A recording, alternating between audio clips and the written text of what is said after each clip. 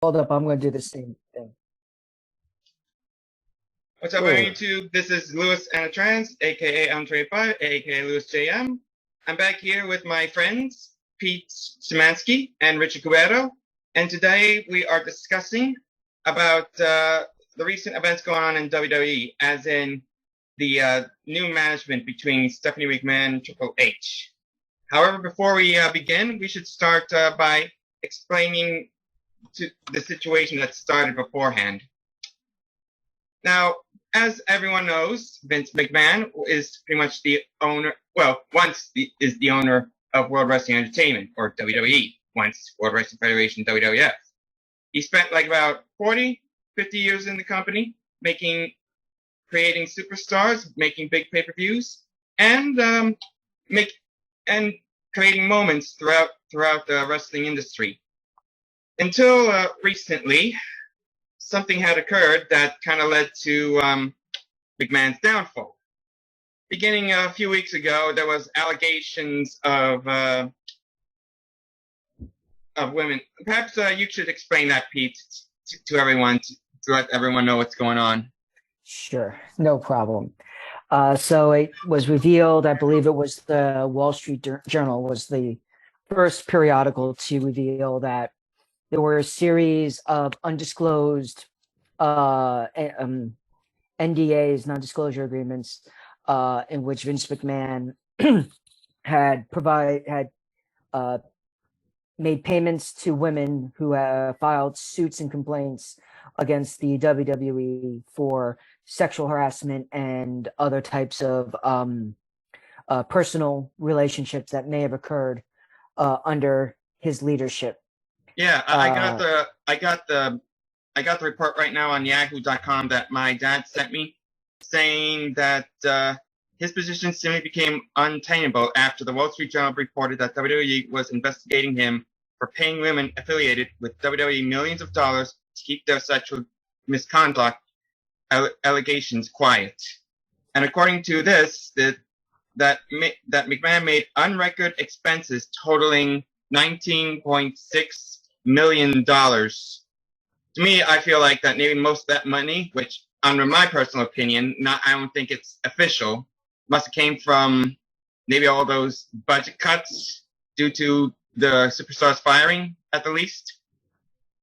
Probably not, because these payments happened, it sounded like, in a few cases, as much as a decade ago. I don't think it was a direct tie, but it obviously does add up, because the question would be, how many additional payments did they not identify? I think there was another report that came out last week of a few other $100,000 to $1 million worth of payments that were previously not discovered. So the investigation WWE is running, I think, has found more instances. What it really comes down to is this all really occurred while WWE was a publicly traded company. So whether it's the talent cut, whether it impacts people's share values, or it drives decisions in the product, because the bottom line is affected by this money coming out of the WWE's coffers, it's an issue and on many levels.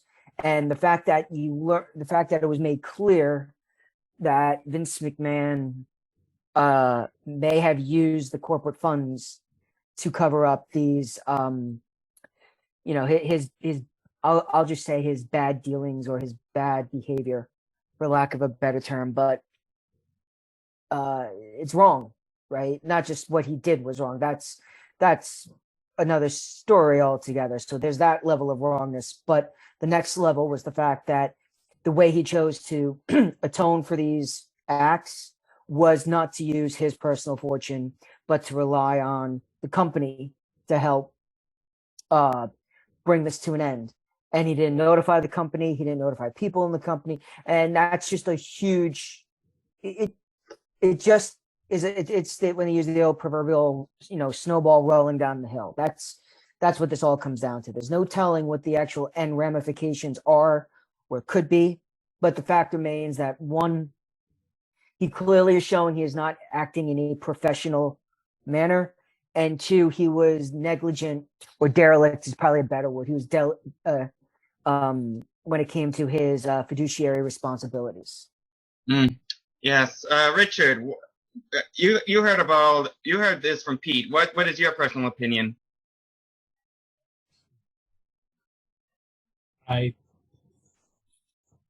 Vince McMahon was not even doing a good job. Well, it's kind of surprising that after all the allegations that happened to him in the past, steroid trial, the Chris Benoit suicide, the Monday Night Wars, pretty much everything that he was able to survive through. It's amazing that he gets immediately knocked out of the chairman position, let alone creative position, due to these constant allegations. So much so that he had an immediate early retirement. Well, I don't know if you call it early retirement.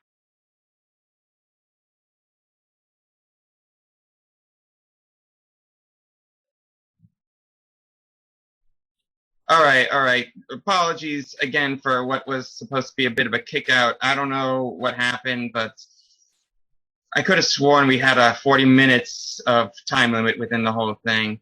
But anyways, getting back to the video, back to the discussion. Due to these continued allegations, Vince McMahon made an early retirement, even though he did he is in his 70s pretty much, and stepped down as both the chairman of WWE along with being part of creative. So now we have a new draw in the whole deal. Now Stephanie McMahon and Nick Khan are now co-CEOs of WWE, and Triple H is now head of creative. Now, we are seeing certain changes going on throughout the company, even after SummerSlam. So I want your personal opinions on the Stephanie McMahon and Triple H taking over from both of you.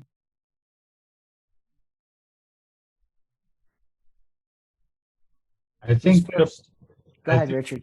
I think Triple H is doing a good job. Having his old superstars come back, the ones who have been released, or to come back again, kind of good, and hopefully more surprises will be happening. Oh, I hope.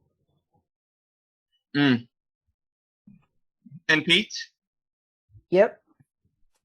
What do you think of the new power control with Stephanie and Triple H having full control over the company? I haven't seen anything other than SummerSlam so far, so I have no idea. From what I read on some reports and reviews, where I've seen people commenting online and some of the podcasts that I've listened to the last few weeks, everything seems to be very positive.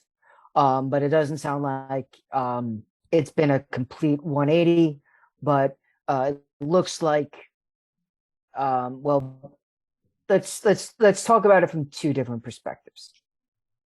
I think Stephanie taking over the role of Vince as like the figurehead of the company is pretty much a wash in a good way.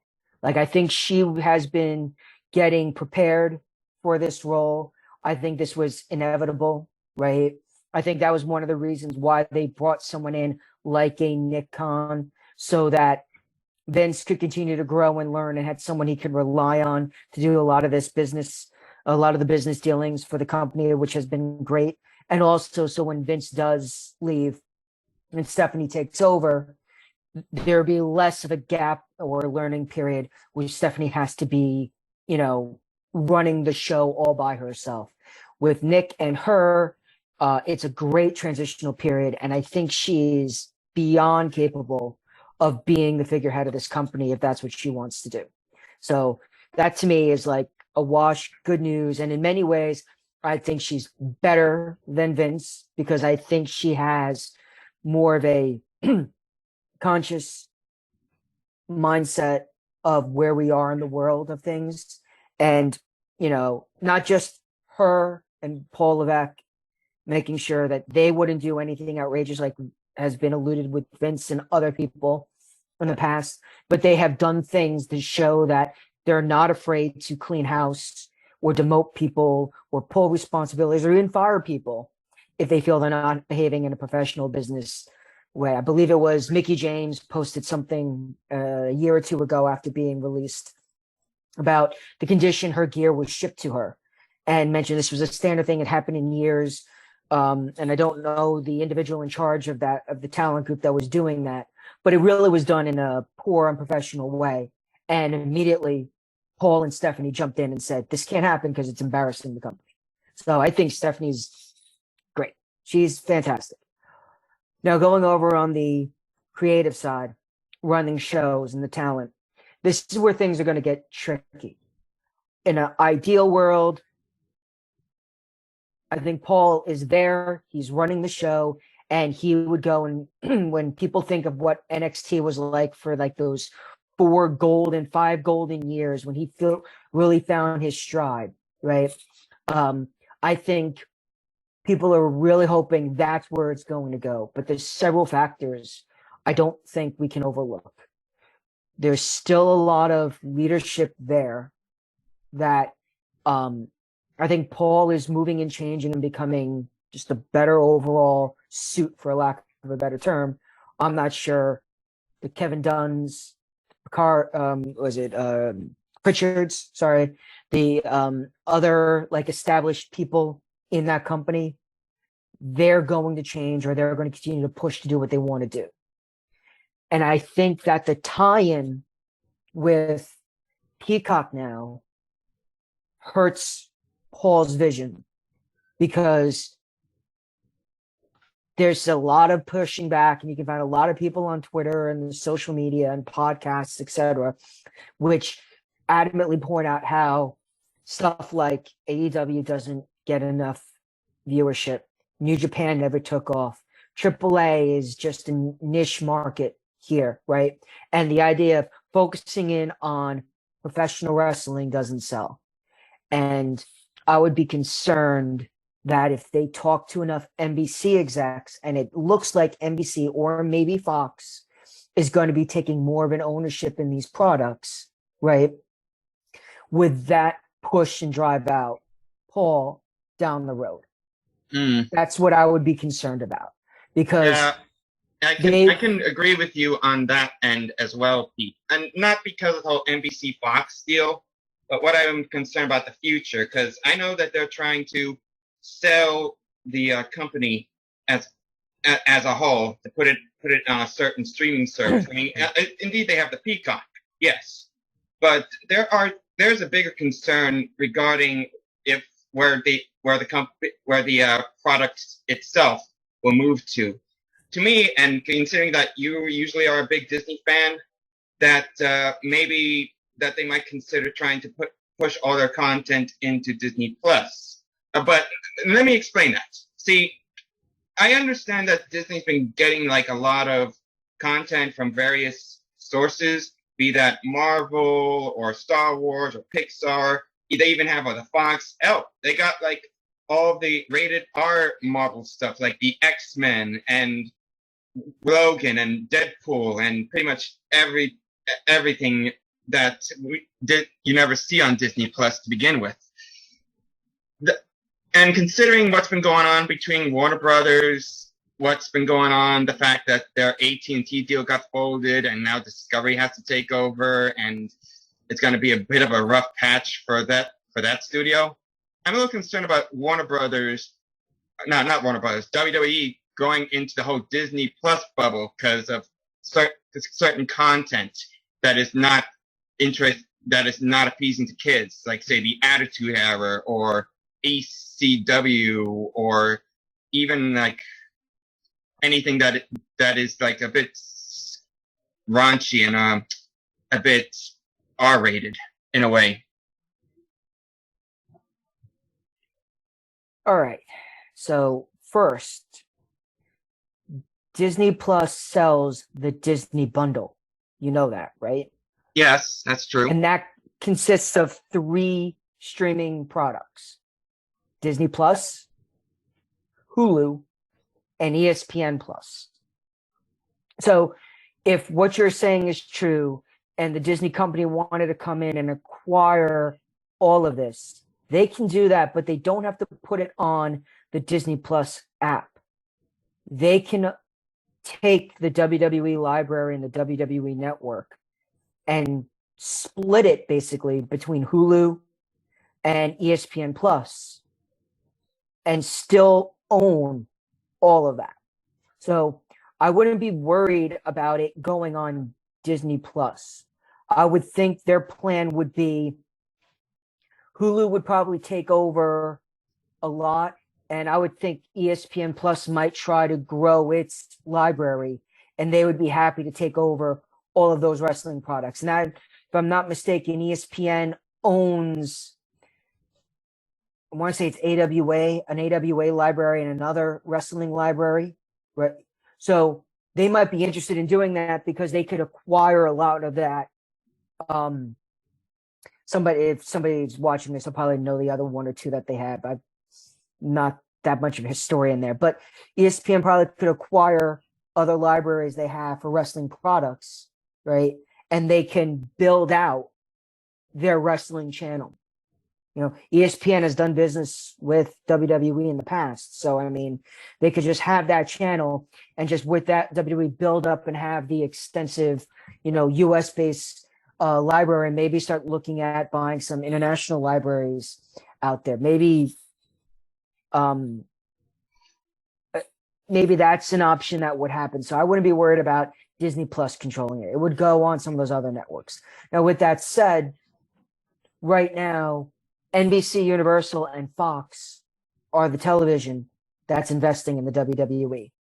And I don't think they're going to allow the network to leave their, hold, because their live TV depends on it as well.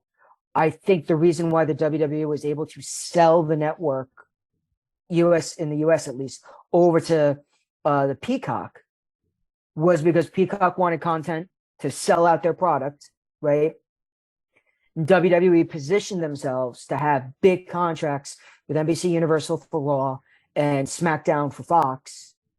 And I think they were able to work out a great deal because NBC was like, hey, if Fox is starting to roll out more streaming products, it goes on a big launch like Peacock, Paramount, all these other channels, right? They may make a bid for the WWE network, so we should probably do that now.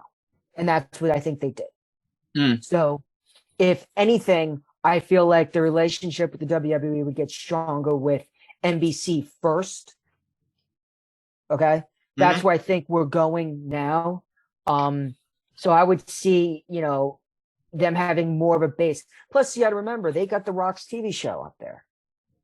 They may reach out and acquire other things, right?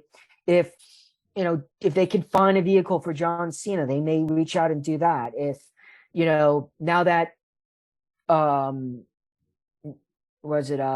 Sasha Banks and, I'm drawing a blank on her name. Naomi? Yeah, it is Naomi, right? I'm like, think it's not Naomi. Yeah. Now that Sasha Banks and Naomi are back in the mix, right? And they were out looking at other opportunities. If there was something where they sold like a pilot or a vehicle or an idea for a series, maybe NBC starts investing in some of that, right? Believe it or not, Sasha Banks was a guest in the Mandalorian show, so who knows if she's going to come back for another appearance. Fine. But what I'm getting at is I think NBC might look at, are there popular talents in wrestling that they can bring over and use on their television? And also the fact that WWE has taken more of a initiative in their big shows to bring in the last few years, more celebrity guest matches for like WrestleManias and SummerSlams. Yeah, we've been seeing that a lot with with this year's WrestleMania between the Paul guy and Johnny Knoxville. So who knows if that's going to bring in more celebrities for like certain matches, or if they're going to be part of the match in general. So it wouldn't surprise me then if someone like NBC Universal looks at this as a great opportunity for a relationship, right? We can promote our products with these WWE events, because if we have someone who's athletic enough, or someone who can fit a certain role for like a gimmick match or a gimmick angle, right? We now have good tie-in, and it helps everyone out. So that's where I think things are going with that. But as I said, I would worry, because the big knock people would use to try to take power away from Paul Levesque would be he's a wrestling person. He wants to be wrestling, and they're going to show like this indie style crazy wrestling stuff, and like the smaller people. That's what he wants to do. It's about athletics. It's about this. It's about that. He's going to take us away from making movies and full, which is not true. I know that for a fact. Paul gets every side of it. He'll make movies, right? But I can see people trying to take power away, or insert themselves in the position, and I think the fear would be if they get too much of a dependence, or if their relationship strengthens with like an NBC too much. I can see someone doing like a Eric Bischoff type of end around that he did to like JR in WCW, where somebody now gets made like an executive producer, right? And Paul reports to them. And then the other thing that I'm also very, very concerned, I mean this genuinely, is Paul had a health scare, right? Yeah, the whole heart attack thing, and he had to go through bypass, and it kind of led to his NXT being gutted out and turned into a developmental show. Well, NXT was always a developmental show. The difference was when he left, they converted NXT into a vision that Vince and some of the other established people thought the product should be, right? And they said, oh, it's not this, it's not that, it's not whatever. And they look at other things that, oh, maybe this is popular, that's popular. They made some maybe decisions, right? But I mean, NXT was always a developmental product. That was the whole intent of it always. Yeah, but there is pretty much a difference between the NXT then and the NXT now. NXT then was when, even if it was still developmental, they used it as a game show. But they used like indie wrestlers to help improve on their performance. The NXT now has like variety of athletes that have little or no knowledge to the wrestling experience, and they put them in these ridiculous gimmicks that wouldn't fit the criteria of professional wrestling. And the only person who has that much professional experience would be Braun Breaker, who is, of course, the son of one of the Steiners. And he is the NXT champion. Now, Richard, I'm pretty sure you've watched NXT 2.0, and I can tell that that ever since Triple H took over in creative, they're bringing in all of the NXT superstars that Vince and John Laurinaitis fired over the years. You have you have Dakota Kai coming back. You have Io Shirai, who was planning to return to Japan, that came back. They're now part of stable with Bayley for this new faction, which obviously they're going to win all the gold at Clash of Castle, by the way.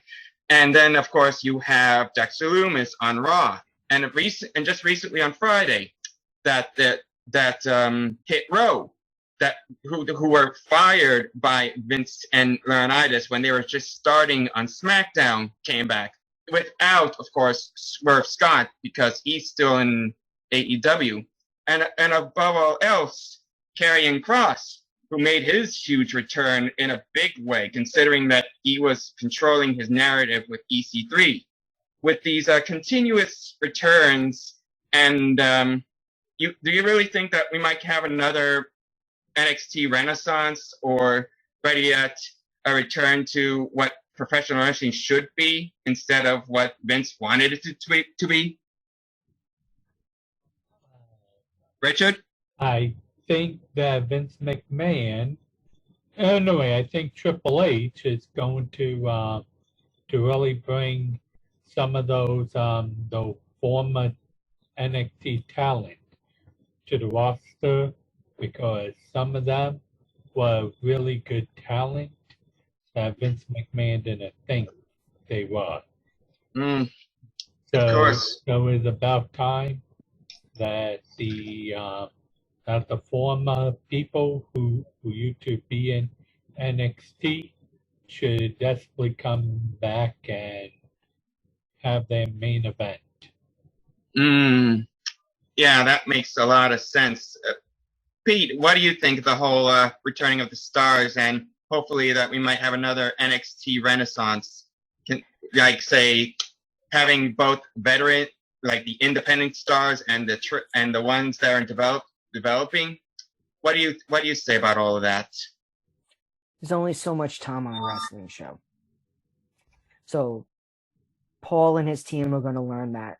They probably know it to an extent, but the main reason why cuts happen, the reason why people had to get let go, is because you are looking at multiple rosters and planning out for the future, or theoretically you should be planning out for the future.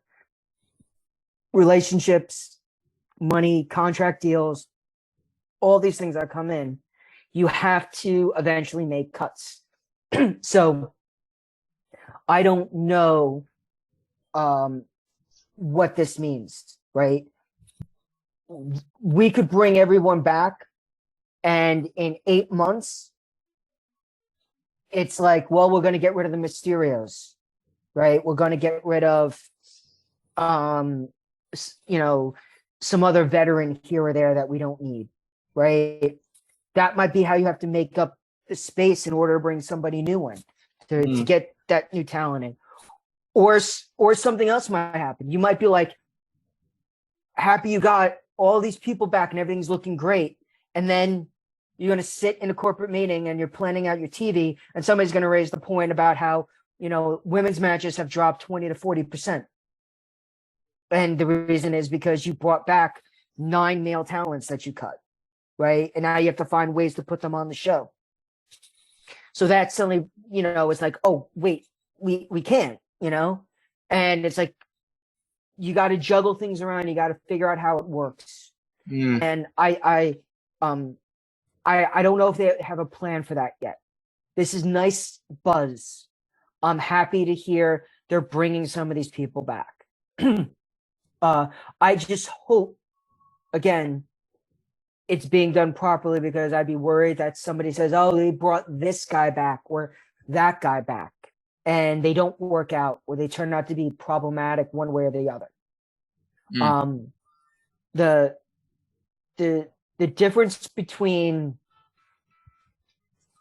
the main roster and what you keep using this resurgence of NXT term, the advantage NXT had was, as people got extremely hot and extremely good,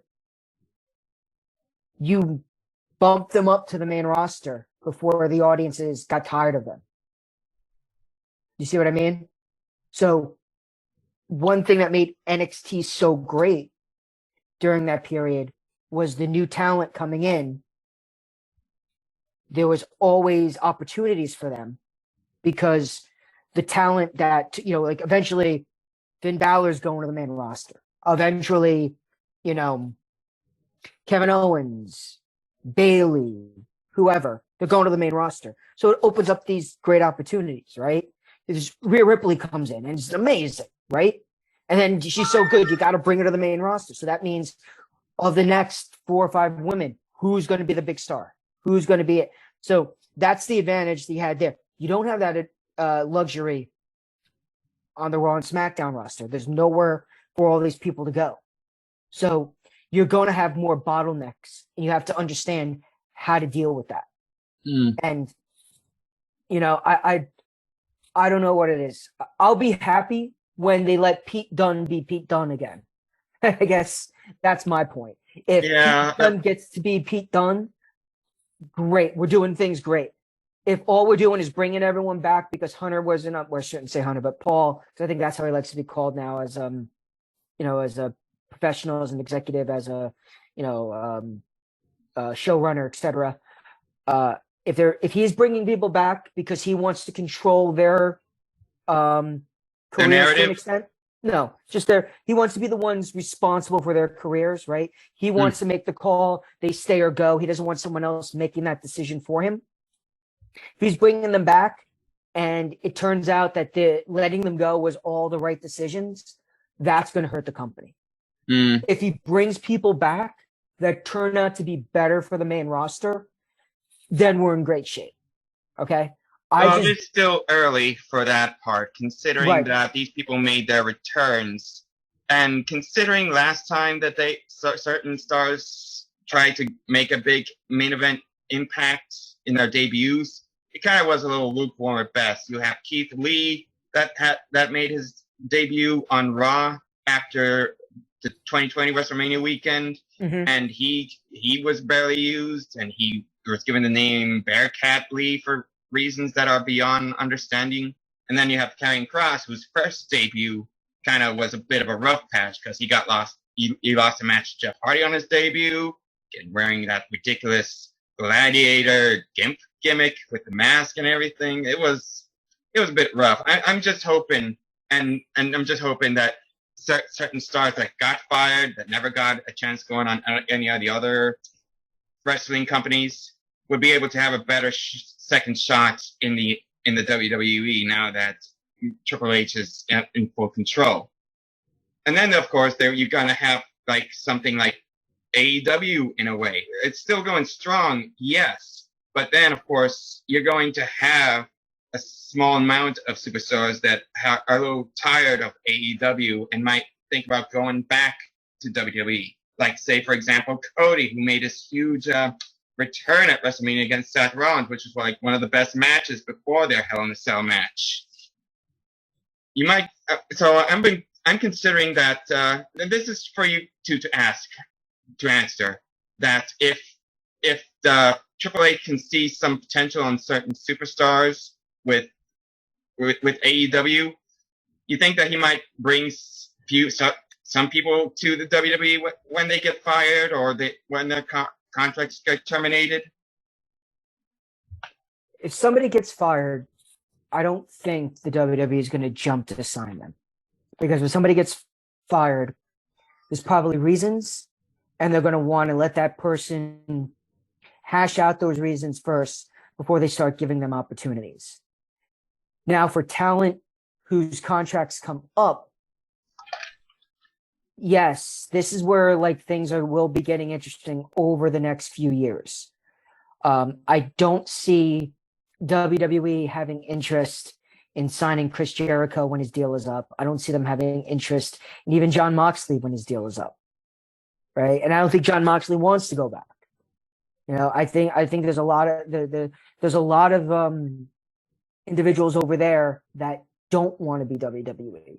The ones that would are the people like the MJFs, the Wardlows, the Jungle Boy, right? Powerhouse Hobbs, because you were talking about Powerhouse Hobbs being in the WWE back in January. Maybe, right? But I'm just focusing in on, these these three really big names that are featured prominently in AEW storylines, right? There might be some interest in them. And with Paul running the show, I think it's better. It's a better time for Jungle Boy and MJF because Paul will give them the opportunities. Back when Vince was running it, I think Vince would watch them once or twice on TV and be like, they're too small. Yeah, that is the bigger issue with Vince because to him, he feels like younger, like smaller wrestlers don't scream champion material. He likes the bigger, younger stars, the ones that are too jacked for their own good. But now that Vince is gone, then Triple H has free range on who can be reaching the main event. He doesn't have free range. That's the key, though. He doesn't have free range. This is a corporation that's going to look at many different things.